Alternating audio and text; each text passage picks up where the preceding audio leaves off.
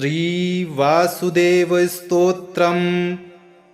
विश्वावसुरविश्वमूर्तिर्विश्वेशो विश्वक्सेनो विश्वकर्मा वशी च विश्वेश्वरो वासुदेवोऽसि तस्माद्योगात्मानं दैवतं त्वामुपैमि। जय विश्वमहादेव जय लोकहिते रत जय योगीश्वर विभो जय योगपरावर। पद्मगर्भ विशालाक्ष जय लोकेश्वरेश्वर। भूतभव्य भवन्नाथ जय सौम्यात्मजात्मज। असंख्येय गुणाधार जय सर्वपरायण। नारायण सुदुष्पार जय शार्ङ्गधनुर्धर। जय सर्वगुणोपेत विश्वमूर्ते निरामय। विश्वेश्वर महाबाहो जय लोकार्थतत्पर। महोरगवराहाद्य हरिकेश विभो जय। हरिवासदिशामीश विश्वावासामिताव्यय। व्यक्ताव्यक्तामितस्थान नियतेन्द्रियसत्क्रिय। असंख्येयात्मभावज्ञ जय गम्भीरकामद। अनन्तविदितब्रह्मन् नित्यभूतविभावन। कृतकार्यकृतप्रज्ञ धर्मज्ञ विजयावह। गुह्यात्मन् सर्वयोगात्मन् स्फुटसम्भूतसम्भव। भूताद्यलोकतत्त्वेश जय भूतविभावन। आत्मयोने महाभाग कल्पसंक्षेपतत्पर। उद्भावन मनोभाव जय ब्रह्मजनप्रिय। निसर्ग सर्ग निरत कामेश परमेश्वर। अमृतोद्भव सद्भाव मुक्तात्मन् विजयप्रद। प्रजापतिपते देव पद्मनाभ महाबल। आत्मभूत महाभूत सत्त्वात्मन् जय सर्वदा। पादौ तव धरा देवी दिशो बाहुदिवं शिरः। मूर्तिस्तेऽहं सुराकायश्चन्द्रादित्यौ च चक्षुषी। बलं तपश्च सत्यं च कर्मधर्मात्मजं तव। तेजोऽग्निः पवनः श्वास आपस्ते स्वेदसंभवाः। अश्विनौ श्रवणौ नित्यं देवी जिह्वा सरस्वती। वेदाः संस्कारनिष्ठा हि त्वयिदं जगदाश्रितं। न संख्या न परिमाणं न तेजो न पराक्रमं। न बलं योगयोगीश जानीमस्ते न संभवम्। त्वद्भक्तिनिरता देव नियमैस्त्वां समाश्रिताः। अर्चयामः सदा विष्णो परमेशं महेश्वरम्। ऋषयो देवगन्धर्वा यक्षराक्षसपन्नगाः। पिशाचा मानुषाश्चैव मृगपक्षिसरीसृपाः। एवमादिमया सृष्टं पृथिव्यां त्वत्प्रसादजं। पद्मनाभविशालाक्ष कृष्णदुःखप्रणाशनं। त्वं गतिः सर्वभूतानां त्वं नेता त्वं जगद्गुरुः। त्वत्प्रसादेन देवेश सुखिनो विबुधाः सदा। पृथिवी निर्भया देव त्वत्प्रसादात् सदा भवत्। तस्मात् भव विशालाक्ष यदुवंशविवर्धनः। धर्मसंस्थापनार्थाय दैत्यानां च वधाय च जगतोद्धारणार्थाय विज्ञाप्यं कुरु मे प्रभो। यत्तत् परमकं गुह्यं त्वत्प्रसादादिदं विभो। वासुदेव तदेतत्ते मयोद्गीतं यथा तथं। सृष्ट्वा सङ्कर्षणं देवं स्वयमात्मानमात्मना। कृष्ण त्वमात्मनो साक्षी प्रद्युम्नं चात्मसम्भवम्। प्रद्युम्नादनिरुद्धं त्वं यं विदुर्विष्णुमव्ययम्। अनिरुद्धो सृजन्मां वै ब्रह्माण्डं लोकधारिणम्। वासुदेवमयः सोऽहं त्वयैवास्मि विनिर्मितः। विभज्य भागशोत्मानं व्रजमानुषतां विभो।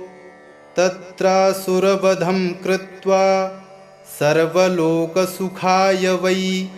धर्मं प्राप्य यशः प्राप्य योगं प्राप्स्यसि सत्त्वतः।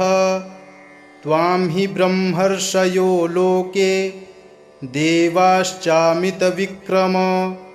तैस्तैर्हि नामभिर्युक्ता गायन्ति परमात्मकम्।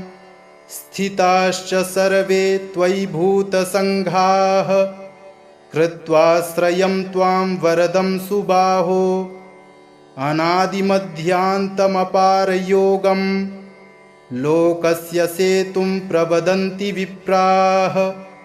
विश्वावसुरविश्वमूर्तिर्विश्वेशो विश्वक्सेनो विश्वकर्मा वशी च। विश्वेश्वरो वासुदेवोऽसि तस्माद्योगात्मानं दैवतं त्वामुपैमि।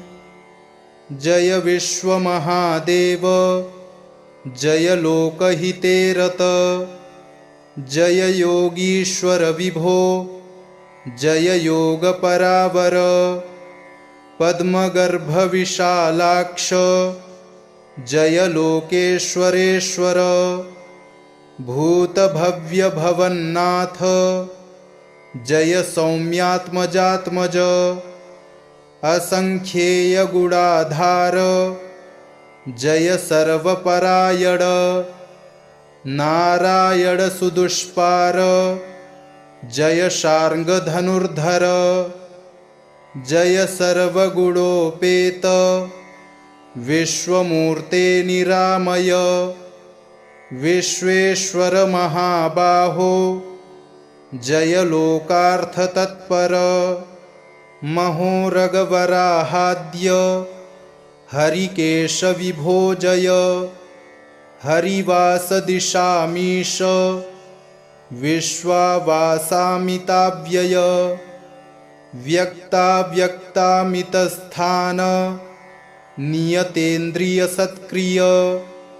असंख्येयात्मभावज्ञ जय गम्भीरकामद। अनन्तविदितब्रह्मन् नित्यभूतविभावन। कृतकार्यकृतप्रज्ञ धर्मज्ञ विजयावह। गुह्यात्मन् सर्वयोगात्मन् स्फुटसम्भूतसम्भव। भूताद्यलोकतत्त्वेश जय भूतविभावन। आत्मयोने महाभाग कल्पसङ्क्षेपतत्पर। उद्भावन मनोभाव जय ब्रह्मजनप्रिय। निसर्गसर्गनिरत कामेश परमेश्वर। अमृतोद्भव सद्भाव मुक्तात्मन् विजयप्रद। प्रजापतिपते देव पद्मनाभ महाबल। आत्मभूत महाभूत सत्त्वात्मञ्जय सर्वदा पादौ तव धरा देवी दिशो बाहुदिवं शिरः मूर्तिस्तेऽहं सुराकायश्चन्द्रादित्यौ च चक्षुषी बलं तपश्च सत्यं च कर्मधर्मात्मजं तव तेजोऽग्निः पवनः श्वास आपस्ते स्वेदसंभवाः अश्विनौ श्रवणौ नित्यं देवी जिह्वा सरस्वती वेदाः संस्कारनिष्ठा हि त्वयिदं जगदाश्रितं न संख्या न परिमाणं न तेजो न पराक्रमं न बलं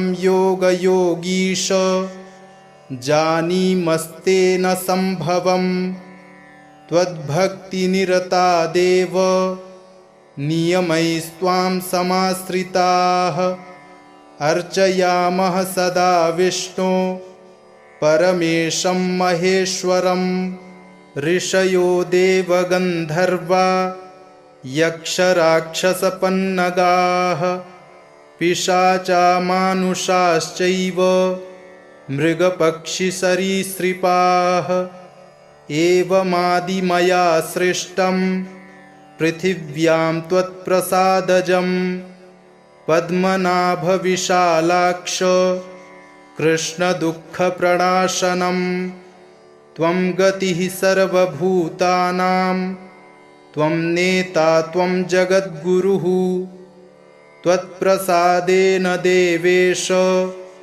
सुखिनो विबुधाः सदा पृथिवी निर्भया देव त्वत्प्रसादात् सदाभवत् तस्माद् भव विशालाक्ष यदुवंशविवर्धनः धर्मसंस्थापनार्थाय दैत्यानां च वधाय च जगतोद्धारणार्थाय विज्ञाप्यं कुरु मे प्रभो यत्तत्परमकं गुह्यं त्वत्प्रसादादिदं विभो वासुदेव तदेतत्ते मयोद्गीतं यथा तथं सृष्ट्वा सङ्कर्षणं देवं स्वयमात्मानमात्मना कृष्ण त्वमात्मनो साक्षी प्रद्युम्नं चात्मसम्भवं प्रद्युम्नादनिरुद्धं त्वं यं विदुर्विष्णुमव्ययम् अनिरुद्धो सृजन्मां वै ब्रह्माण्डं लोकधारिणं वासुदेवमयः सोऽहं त्वयैवास्मि विनिर्मितः विभज्य भागशोत्मानं व्रजमानुषतां विभो तत्रासुरवधं कृत्वा सर्वलोकसुखाय वै धर्मं प्राप्य यशः प्राप्य योगं प्राप्स्यसि सत्त्वतः त्वां हि ब्रह्मर्षयो लोके देवाश्चामितविक्रम तैस्तैर्हि नामभिर्युक्ता गायन्ति परमात्मकं स्थिताश्च सर्वे त्वयि भूतसङ्घाः कृत्वाश्रयं त्वां वरदं सुबाहो अनादिमध्यान्तमपारयोगं लोकस्य सेतुं प्रवदन्ति विप्राः विश्वावसुरविश्वमूर्तिर्विश्वेशो विश्वक्सेनो विश्वकर्मा वशी च विश्वेश्वरो वासुदेवोऽसि तस्माद्योगात्मानं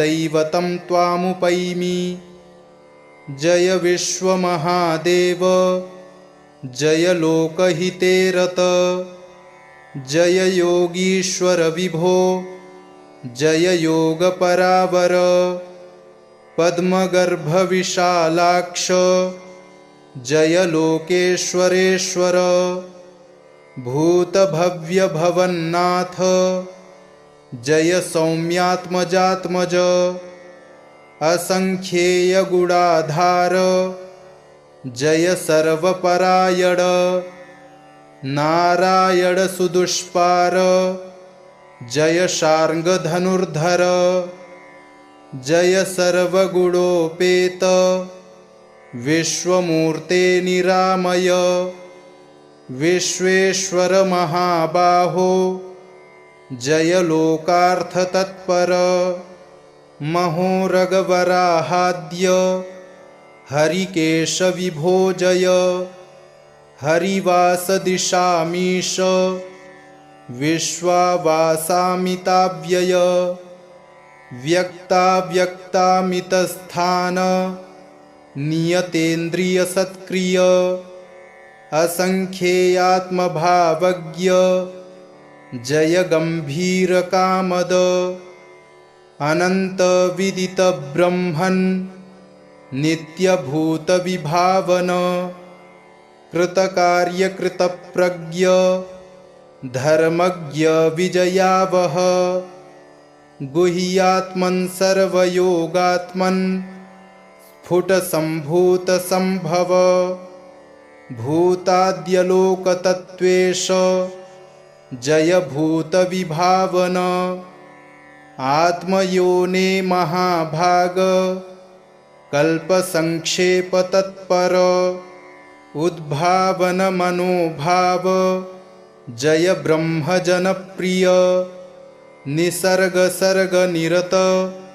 कामेश परमेश्वर अमृतोद्भव सद्भाव मुक्तात्मन् विजयप्रद प्रजापतिपते देव पद्मनाभ महाबल आत्मभूत महाभूत सत्त्वात्मन् जय सर्वदा पादौ तव धरा देवी दिशो बाहुदिवं शिरः मूर्तिस्तेऽहं सुराकायश्चन्द्रादित्यौ च चक्षुषी बलं तपश्च सत्यं च कर्मधर्मात्मजं तव तेजोऽग्निः पवनः श्वास आपस्ते स्वेदसंभवाः अश्विनौ श्रवणौ नित्यं देवी जिह्वा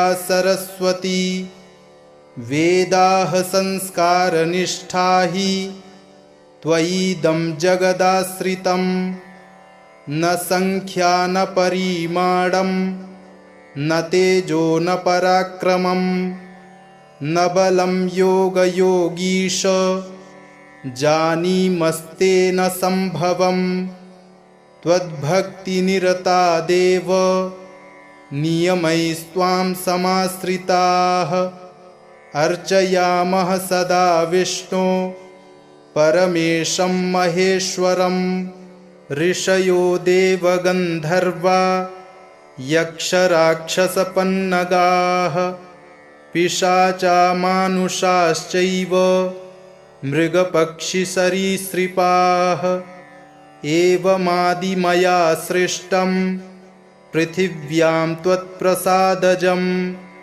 पद्मनाभविशालाक्ष कृष्णदुःखप्रणाशनं त्वं गतिः सर्वभूतानां त्वं नेता त्वं जगद्गुरुः त्वत्प्रसादेन देवेश सुखिनो विबुधाः सदा पृथिवी निर्भया देव त्वत्प्रसादात् सदाभवत् तस्माद् भव विशालाक्ष यदुवंशविवर्धनः धर्मसंस्थापनार्थाय दैत्यानां च वधाय च जगतोद्धारणार्थाय विज्ञाप्यं कुरु मे प्रभो यत्तत्परमकं गुह्यं त्वत्प्रसादादिदं विभो वासुदेव तदेतत्ते मयोद्गीतं यथा तथं सृष्ट्वा संकर्षणं देवं स्वयमात्मानमात्मना कृष्ण त्वमात्मनो साक्षी प्रद्युम्नं चात्मसम्भवं प्रद्युम्नादनिरुद्धं त्वं यं विदुर्विष्णुमव्ययम् अनिरुद्धो सृजन्मां वै ब्रह्माण्डं लोकधारिणं वासुदेवमयः सोऽहं त्वयैवास्मि विनिर्मितः विभज्य भागशोत्मानं व्रजमानुषतां विभो तत्रासुरवधं कृत्वा सर्वलोकसुखाय वै धर्मं प्राप्य यशः प्राप्य योगं प्राप्स्यसि सत्त्वतः त्वां हि ब्रह्मर्षयो लोके देवाश्चामितविक्रम तैस्तैर्हि नामभिर्युक्ता गायन्ति परमात्मकं स्थिताश्च सर्वे त्वयि भूतसङ्घाः कृत्वाश्रयं त्वां वरदं सुबाहो अनादिमध्यान्तमपारयोगं लोकस्य सेतुं प्रवदन्ति विप्राः विश्वावसुरविश्वमूर्तिर्विश्वेशो विश्वक्सेनो विश्वकर्मा वशी च विश्वेश्वरो वासुदेवोऽसि तस्माद्योगात्मानं दैवतं त्वामुपैमि जय विश्वमहादेव जय लोकहिते रत जय योगीश्वर विभो जय योगपरावर पद्मगर्भविशालाक्ष जय लोकेश्वरेश्वर भूतभव्यभवन्नाथ जय सौम्यात्मजात्मज असंख्येयगुणाधार जय सर्वपरायण नारायण सुदुष्पार जय शार्ङ्गधनुर्धर जय सर्वगुणोपेत विश्वमूर्ते निरामय विश्वेश्वर महाबाहो जय लोकार्थतत्पर महोरगवराहाद्य हरिकेश विभो जय हरिवासदिशामीश विश्वावासामिताव्यय व्यक्ताव्यक्तामितस्थान नियतेन्द्रियसत्क्रिय असंख्येयात्मभावज्ञ जय गम्भीरकामद अनन्तविदितब्रह्मन् नित्यभूतविभावन कृतकार्यकृतप्रज्ञ धर्मज्ञ विजयावह गुह्यात्मन् सर्वयोगात्मन् स्फुटसम्भूतसम्भव भूताद्यलोकतत्त्वेश जय भूतविभावन आत्मयोने महाभाग कल्पसंक्षेपतत्पर उद्भावन मनोभाव जय ब्रह्मजनप्रिय निसर्गसर्गनिरत कामेश परमेश्वर अमृतोद्भव सद्भाव मुक्तात्मन् विजयप्रद प्रजापतिपते देव पद्मनाभ महाबल आत्मभूत महाभूत सत्त्वात्मन् जय सर्वदा पादौ तव धरा देवी दिशो बाहुदिवं शिरः मूर्तिस्तेऽहं सुराकायश्चन्द्रादित्यौ च चक्षुषी बलं तपश्च सत्यं च कर्मधर्मात्मजं तव तेजोऽग्निः पवनः श्वास आपस्ते स्वेदसम्भवाः अश्विनौ श्रवणौ नित्यं देवी जिह्वा सरस्वती वेदाः संस्कारनिष्ठा हि त्वयिदं जगदाश्रितं न संख्या न परिमाणं न तेजो न पराक्रमं न बलं योगयोगीश जानीमस्तेन संभवम् त्वद्भक्तिनिरता देव नियमैस्त्वां समाश्रिताः अर्चयामः सदा विष्णो परमेशं महेश्वरं ऋषयो देवगन्धर्वा यक्षराक्षसपन्नगाः पिशाचा मानुषाश्चैव मृगपक्षिसरीसृपाः एवमादिमया सृष्टं पृथिव्यां त्वत्प्रसादजं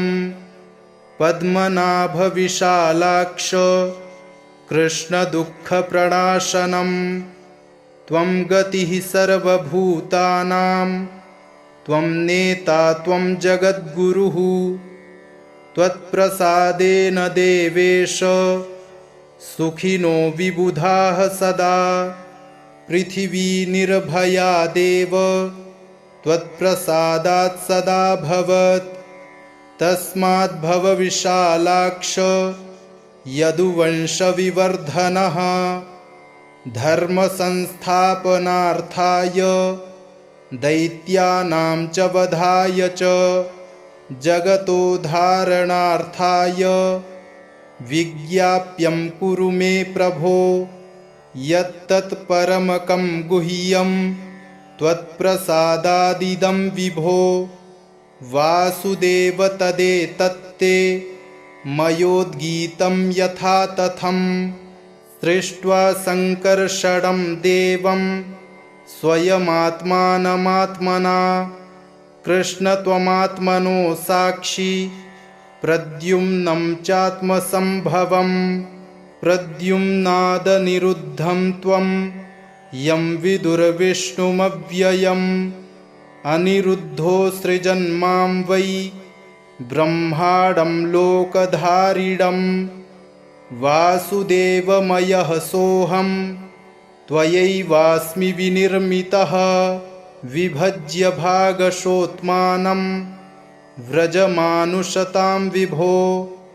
तत्रासुरवधं कृत्वा सर्वलोकसुखाय वै धर्मं प्राप्य यशः प्राप्य योगं प्राप्स्यसि सत्त्वतः त्वां हि ब्रह्मर्षयो लोके देवाश्चामितविक्रम तैस्तैर्हि नामभिर्युक्ता गायन्ति परमात्मकम् स्थिताश्च सर्वे त्वयि भूतसङ्घाः कृत्वाश्रयं त्वां वरदं सुबाहो अनादिमध्यान्तमपारयोगं लोकस्य सेतुं प्रवदन्ति विप्राः विश्वावसुरविश्वमूर्तिर्विश्वेशो विश्वक्सेनो विश्वकर्मा वशी च विश्वेश्वरो वासुदेवोऽसि तस्माद्योगात्मानं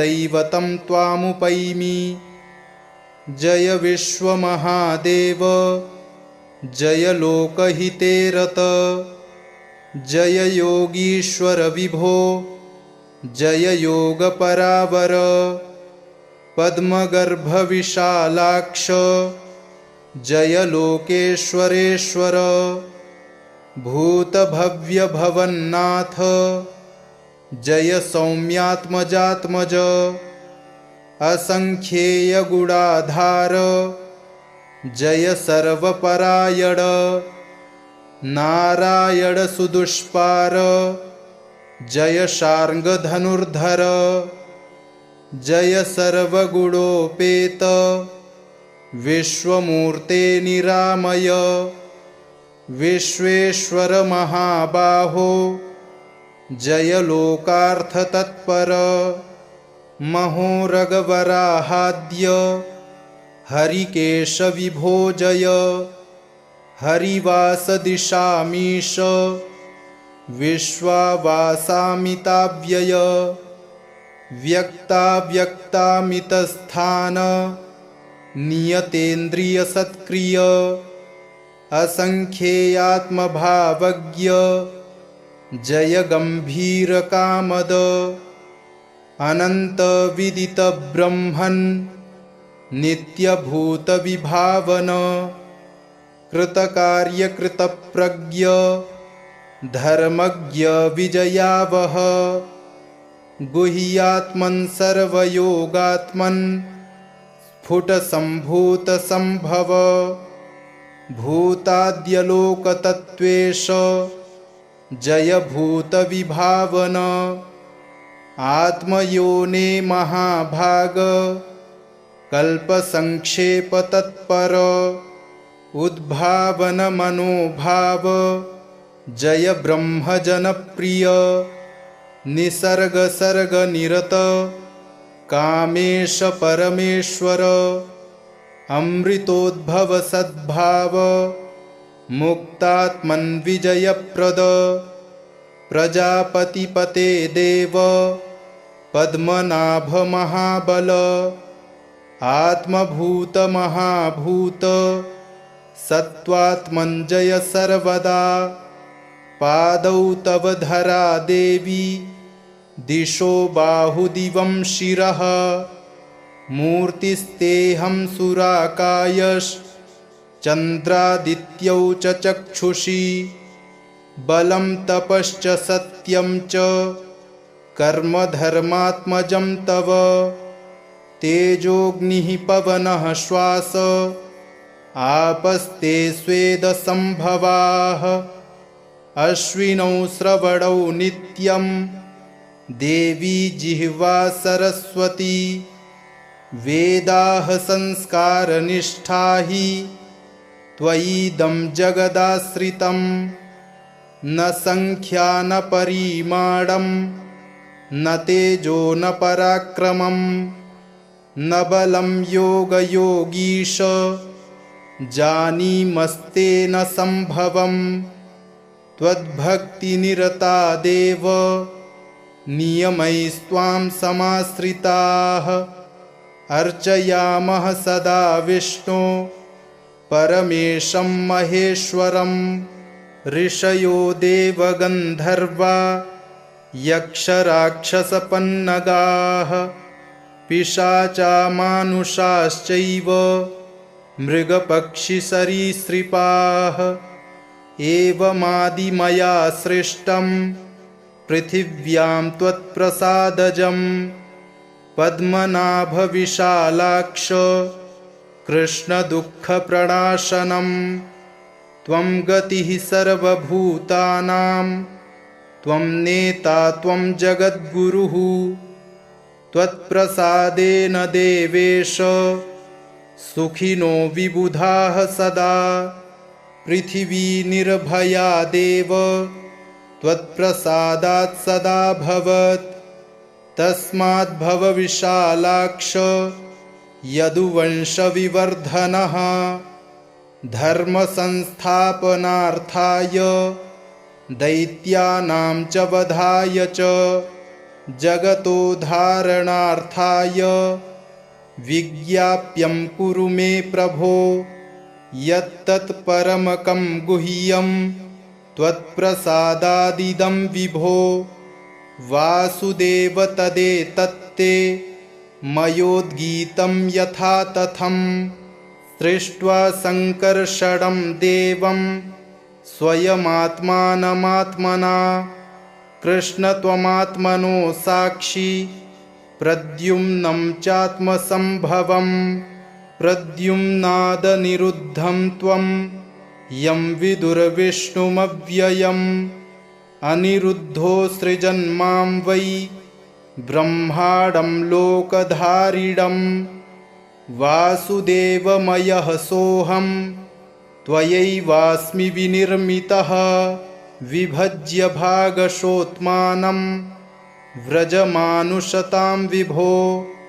तत्रासुरवधं कृत्वा सर्वलोकसुखाय वै धर्मं प्राप्य यशः प्राप्य योगं प्राप्स्यसि सत्त्वतः त्वां हि ब्रह्मर्षयो लोके देवाश्चामितविक्रम तैस्तैर्हि नामभिर्युक्ता गायन्ति परमात्मकं स्थिताश्च सर्वे त्वयि भूतसङ्घाः कृत्वाश्रयं त्वां वरदं सुबाहो अनादिमध्यान्तमपारयोगं लोकस्य सेतुं प्रवदन्ति विप्राः विश्वावसुरविश्वमूर्तिर्विश्वेशो विश्वक्सेनो विश्वकर्मा वशी च विश्वेश्वरो वासुदेवोऽसि तस्माद्योगात्मानं दैवतं त्वामुपैमि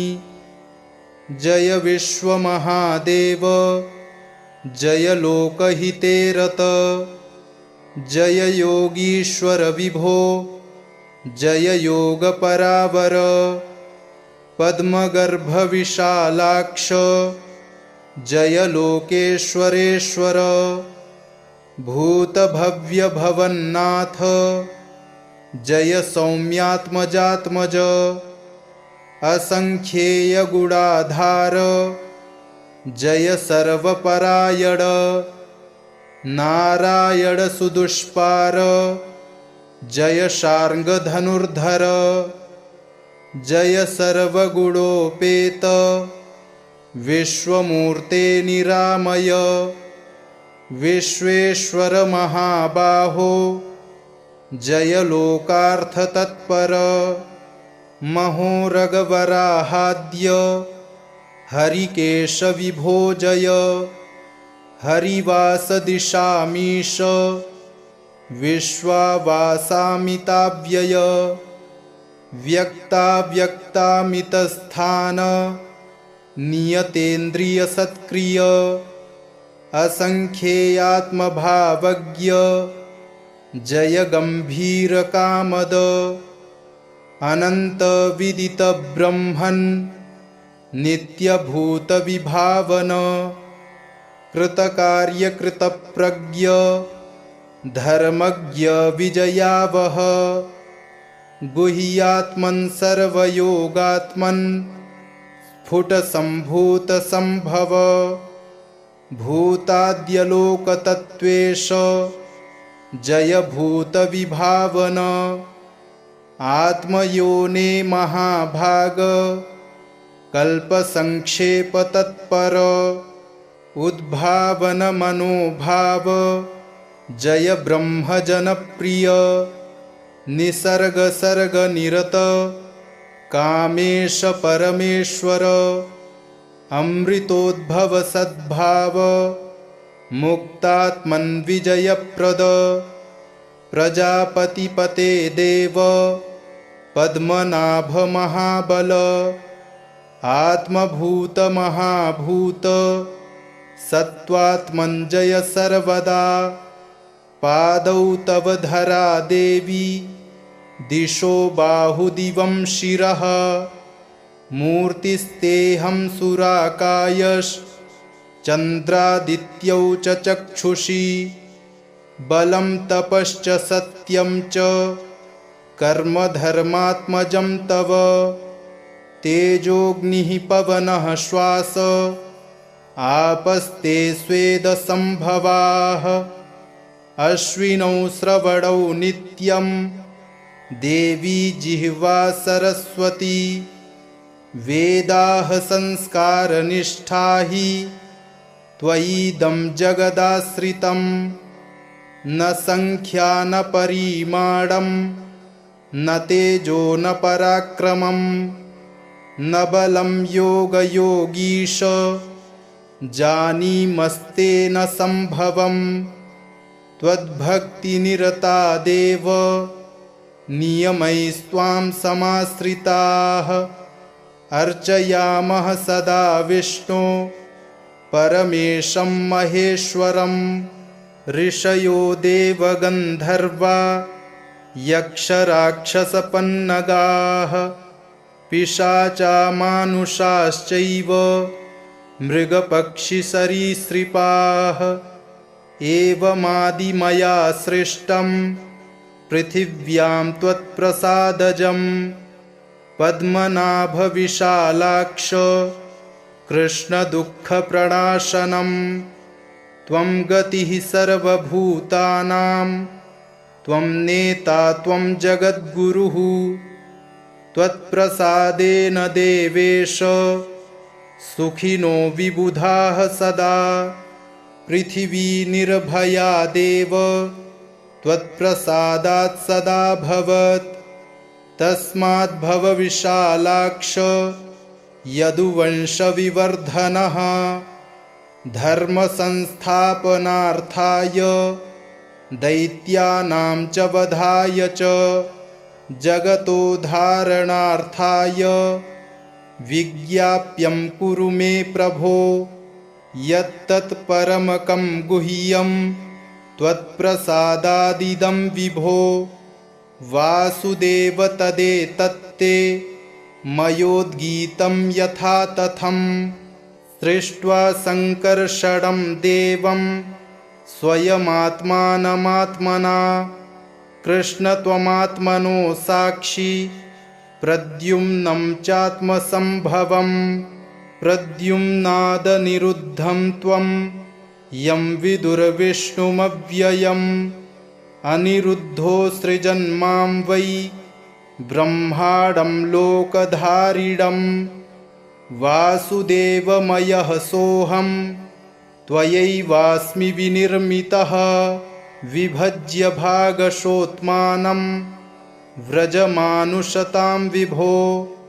तत्रासुरवधं कृत्वा सर्वलोकसुखाय वै धर्मं प्राप्य यशः प्राप्य योगं प्राप्स्यसि सत्त्वतः त्वां हि ब्रह्मर्षयो लोके देवाश्चामितविक्रम तैस्तैर्हि नामभिर्युक्ता गायन्ति परमात्मकं स्थिताश्च सर्वे त्वयि भूतसङ्घाः कृत्वाश्रयं त्वां वरदं सुबाहो अनादिमध्यान्तमपारयोगं लोकस्य सेतुं प्रवदन्ति विप्राः विश्वावसुरविश्वमूर्तिर्विश्वेशो विश्वक्सेनो विश्वकर्मा वशी च विश्वेश्वरो वासुदेवोऽसि तस्माद्योगात्मानं दैवतं त्वामुपैमि जय विश्वमहादेव जय लोकहिते रत जय योगीश्वर विभो जय योगपरावर पद्मगर्भविशालाक्ष जय लोकेश्वरेश्वर भूतभव्यभवन्नाथ जय सौम्यात्मजात्मज असंख्येयगुणाधार जय सर्वपरायण नारायण सुदुष्पार जय शार्ङ्गधनुर्धर जय सर्वगुणोपेत विश्वमूर्ते निरामय विश्वेश्वर महाबाहो जय लोकार्थतत्पर महोरगवराहाद्य हरिकेश विभो जय हरिवासदिशामीश विश्वावासामिताव्यय व्यक्ताव्यक्तामितस्थान नियतेन्द्रियसत्क्रिय असंख्येयात्मभावज्ञ जय गम्भीरकामद अनन्तविदितब्रह्मन् नित्यभूतविभावन कृतकार्यकृतप्रज्ञ धर्मज्ञ विजयावह गुह्यात्मन् सर्वयोगात्मन् स्फुटसम्भूतसम्भव भूताद्यलोकतत्त्वेश जय भूतविभावन आत्मयोने महाभाग कल्पसंक्षेपतत्पर उद्भावन मनोभाव जय ब्रह्मजनप्रिय निसर्गसर्गनिरत कामेश परमेश्वर अमृतोद्भव सद्भाव मुक्तात्मन् विजयप्रद प्रजापतिपते देव पद्मनाभ महाबल आत्मभूत महाभूत सत्त्वात्मन् जय सर्वदा पादौ तव धरा देवी दिशो बाहुदिवं शिरः मूर्तिस्तेऽहं सुराकायश्चन्द्रादित्यौ च चक्षुषी बलं तपश्च सत्यं च कर्मधर्मात्मजं तव तेजोऽग्निः पवनः श्वास आपस्ते स्वेदसंभवाः अश्विनौ श्रवणौ नित्यं देवी जिह्वा सरस्वती वेदाः संस्कारनिष्ठा हि त्वयिदं जगदाश्रितं न संख्या न परिमाणं न तेजो न पराक्रमं न बलं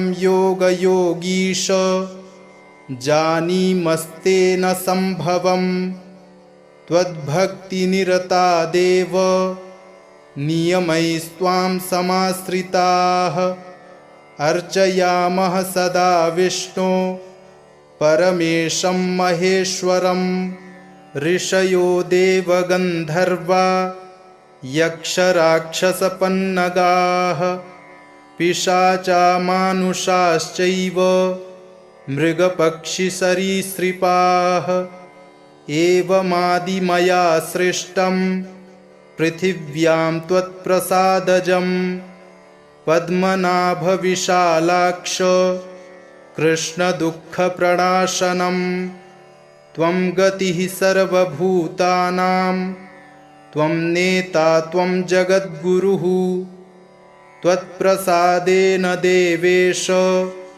सुखिनो विबुधाः सदा पृथिवी निर्भया देव त्वत्प्रसादात् सदाभवत् तस्माद्भव विशालाक्ष यदुवंशविवर्धनः धर्मसंस्थापनार्थाय दैत्यानां च वधाय च जगतोद्धारणार्थाय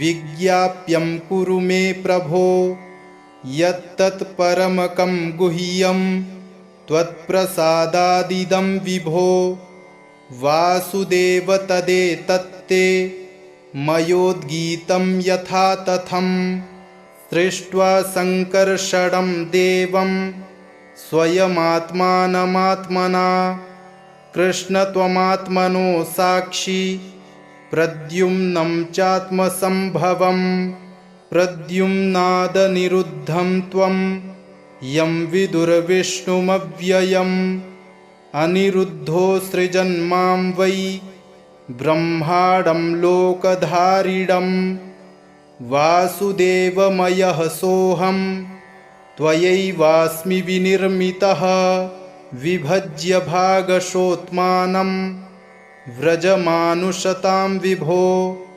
तत्रासुरवधं कृत्वा सर्वलोकसुखाय वै धर्मं प्राप्य यशः प्राप्य योगं प्राप्स्यसि सत्त्वतः त्वां हि ब्रह्मर्षयो लोके देवाश्चामितविक्रम तैस्तैर्हि नामभिर्युक्ता गायन्ति परमात्मकं स्थिताश्च सर्वे त्वयि भूतसङ्घाः कृत्वाश्रयं त्वां वरदं सुबाहो अनादिमध्यान्तमपारयोगं लोकस्य सेतुं प्रवदन्ति विप्राः विश्वावसुरविश्वमूर्तिर्विश्वेशो विश्वक्सेनो विश्वकर्मा वशी च विश्वेश्वरो वासुदेवोऽसि तस्माद्योगात्मानं दैवतं त्वामुपैमि जय विश्वमहादेव जय लोकहिते रत जय योगीश्वर विभो जय योगपरावर पद्मगर्भ विशालाक्ष जय लोकेश्वरेश्वर भूतभव्य भवन्नाथ जय सौम्यात्मजात्मज असंख्येय गुणाधार जय सर्वपरायण नारायण सुदुष्पार जय शार्ङ्गधनुर्धर जय सर्वगुणोपेत विश्वमूर्ते निरामय विश्वेश्वर महाबाहो जय लोकार्थतत्पर महोरगवराहाद्य हरिकेश विभो जय हरिवासदिशामीश विश्वावासामिताव्यय